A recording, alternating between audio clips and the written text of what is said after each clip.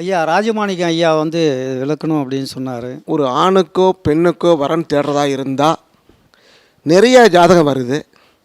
அதை முதல்ல எப்படி தேர்ந்தெடுக்கிறது? வாசமானது தான். எல்லாத்துக்கும் தனிப்பட்ட ஒவ்வொருக்கும் ஒரு கருத்து இருக்கும். என்னுடைய கருத்து என்னன்னு கேட்டிங்கன்னா, ஃபஸ்ட்டு எடுத்த உடனே ஒரு ஜாதகத்தை எடுத்துக்கலாமா வேண்டாமா, இந்த வீட்டுக்குள்ளார போகலாமா வேண்டாமா, வீட்டுக்குள்ளார உள்ளார கேட் திறந்து உள்ளார போனால் தான் ஒரு அந்த வீட்டுக்குள்ளார என்னென்ன சமையல் அறை எப்படி இருக்குது, பெட் ரூம் எப்படி இருக்குது, பூஜை அறை எப்படி இருக்குன்னு கண்டுபிடிக்க முடியும்.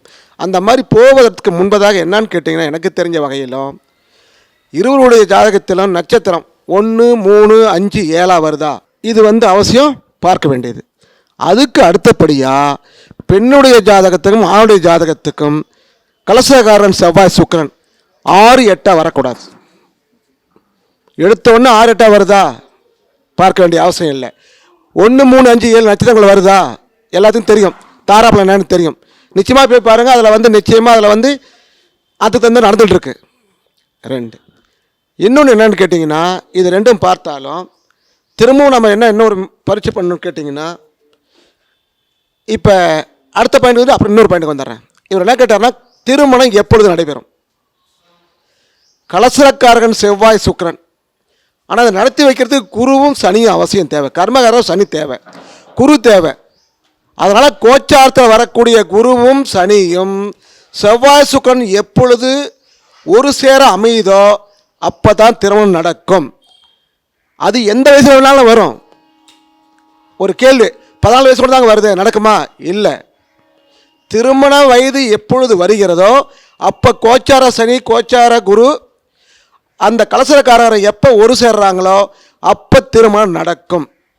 அடுத்தது என்னன்னு கேட்டிங்கன்னா, அப்படி இருந்து நடைபெறவில்லை என்றால் அந்த கோச்சார குருவுக்கோ சனிக்கோ கலசரக்காரரை பார்க்க வர இடத்துல தீய கிரகங்கள் முக்கியமாக ராகு கேது இடையில் இருந்தால் கோச்சார குரு பார்த்தாலும் சனி ஒன்றாக சேர்ந்தாலும் திருமணம் தள்ளி போகும். அடுத்தது திருமணம் நடக்கணும் கரெக்டாக எப்போ சொல்ல முடியும் அப்படின்னா, பிறப்பு ஜாதகத்தில் உள்ள செவ்வாய் சுக்கிரன் எந்த டிகிரியில் இருக்கிறதோ அந்த டிகிரி கோச்சார குரு சனி எப்போ அந்த டிகிரியை டச் பண்ணுதோ நிச்சயமாக நாடி விதிப்படி கரெக்டாக அந்த துல்லியமாக போடுறதுக்கு எத்தனை பாகை கடந்திருக்கார், எத்தனை பாகை என்ன இருக்குது, இந்த பாகை எப்போ டச் பண்ணுவாரோ நிச்சயமாக அதை கணக்கு போட்டிங்கன்னா அந்த நேரம் நாள் கிழமை தேதி அனைத்தையும் கட்டாயம் போட முடியும். இது கல்யாணம் எப்போ ஆகுங்கிறதுக்காக. அப்புறம் இன்னொன்று என்னன்னு கேட்டிங்கன்னா, ஆணுடைய லக்னாதிபதியோ 10ஆம் அதிபதியோ பெண்ணினுடைய லக்னாதிபதி 10ஆம் அதிபதியை பார்வை இருந்தாலும் அந்த ஜாதகத்தை இணைப்பதற்கு எடுத்துக்கொள்ளலாம். அடுத்தது இருவருடைய சந்திரன்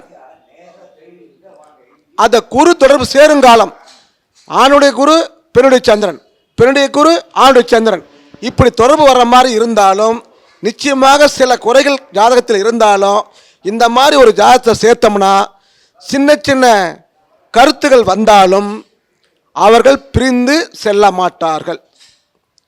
அதே மாதிரி குழந்தை பாக்கியத்துக்கு சூரியனுக்கு 2ல் என்ன கிரகம் இருக்குது, குருவுக்கு என்ன 2 கிரகம் என்ன 2ல் என்ன கிரகம் இருக்குது, இதை வைத்தும் குழந்தைகள் பிறப்பு எத்தனை வரும் என்பதையும் சொல்ல முடியும். நிச்சயமாக ஒரு கிரகத்திற்கு 2, 12 எந்த கிரகம் இருக்கிறது பார்க்கணும். ஒரு கிரகத்தை ஆய்வு பண்ணும் பொழுது இரு பக்கமும் பகை கிரகங்கள் இருந்தால் நிச்சயமாக எந்த தொடர்பு இருந்தாலும் குரு தொடர்பு கோச்சாரத்தில் வந்தாலும் அதை தடைப்பட்டுவிடும், திரும்பவும் நடக்காது. பகை கிரகங்கள் இரு பக்கமும் இருக்கக்கூடாது. அதே மாதிரி பாவ கிரகங்களும் வரக்கூடாது. பாவ கிரகங்களும் 1, 5, 9 திரிகோணத்தில் சேர்ந்தாலும் நிச்சயமாக திருமணம் தள்ளியும் போகும். கோச்சார குரு நிறைய பேர் சொல்கிறோம், குரு பார்வை இருக்குயா, குரு பார்த்தால் கோடி நன்மை உண்டு, எல்லாரும் சொல்லிட்டு தான் இருக்கிறோம். ஆனால் அது உண்மையானா என்னை பொறுத்த வரைக்கும் அது உண்மை அல்ல. காரணம் என்னன்னு கேட்டிங்கன்னா, எல்லா வயசுலையும் வரும். ஒரு ரவுண்டு வருவதற்கு 12 வருஷம், 7 வயசுலையும் குரு பார்வை இருக்கும், 16 வயசுலையும் பார்வை இருக்கும், எந்த வயசுலையும் பார்வை இருக்கும். ஆனால் பார்வை வரும் பொழுதோ சேரும் பொழுது திரும்ப நடக்குமானா நடக்காது. அதுதான் நேசம் நாடி விதிப்படி.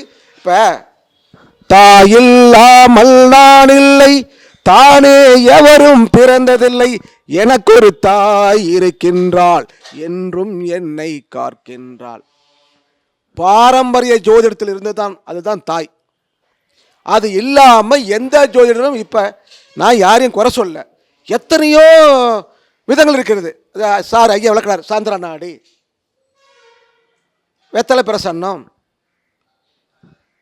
அப்புறம் பிருகுணந்த நாடி, சுகர் நாடி, இப்படி ஏகப்பட்ட விதத்தில் அவர்களுக்கு தெரிந்ததை அவர்கள் கற்றுக்கொண்டதை வைத்து அவர்கள் புஸ்தகத்தை எழுதி, இப்போலாம் முன்பு மாதிரி இல்லை. எனக்கு தெரிஞ்ச வரைக்கும் நான் யாரையும் குரலாம் சொல்ல, நடைமுறையை என் மனசுக்கு பட்டதை நான் சொல்கிறேன். எல்லாருமே இப்போ தொழில் ரீதியாக வந்துட்டாங்க. எல்லாருமே அவர்களுக்கு என்ன பட்டதோ அதை மட்டும் தான் சொல்லிட்டு இருக்காங்க. நிச்சயமாக பழைய நூல்களில் எனக்கு நீ பேசுகிற வாய்ப்பு இருக்குன்னு தெரியல, திடீர்னு சொன்னதுனால நான் சொல்லிட்டேன். பேசுறதுக்கு வாய்ப்பு இருந்ததுன்னா டக்குனு ஞாபகத்துக்கு வரல. பழைய நூல்களில் இருந்த எடுத்ததெல்லாம் இருக்கிறது. அது அடுத்த வாய்ப்பு கொடுத்தாங்கன்னா நான் அதை சொல்கிறேன் உங்களுக்கு. நான் அந்த மாதிரி என்னென்னு கேட்டால், இப்போ எல்லாம் அவங்களும் புதுசாக கண்டுபிடிச்சிட்டாங்க, புதுசாக சொல்கிறாங்க. அத்தனை நடைபெறுதா? நிச்சயமாக இல்லை.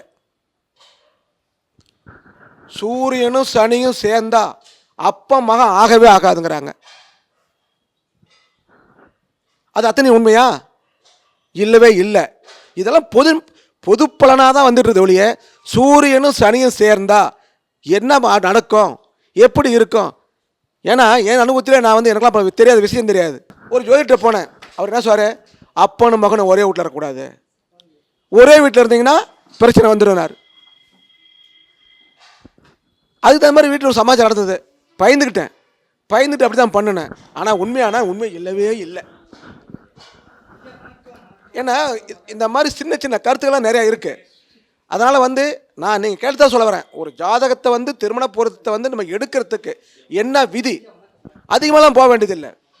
அதே மாதிரி செவ்வாய் சுக்கிரன் 4, 6, 8, 10 இருந்ததுன்னா நிச்சயமாக முதல்லையே அந்த ஜாதகத்தை நாம் எடுக்க வேண்டிய அவசியங்கள் கிடையாது. இப்போ உங்களுக்கு 5 பாயிண்ட் சொல்லிக்கிறேன்.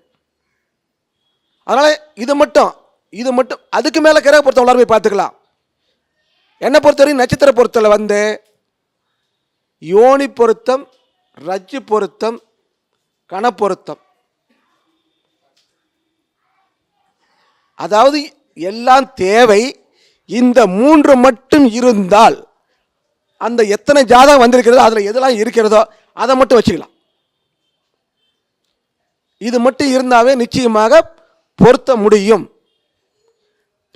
ராசி பொருத்தம், ராசி விதி பொருத்தம், வசிய பொருத்தம், மாகேந்திர பொருத்தம், தின பொருத்தம், மன பொருத்தம், அது அன்னைக்கெல்லாம் ஒத்து வந்தது. இன்னைக்கு ஒத்து வரல.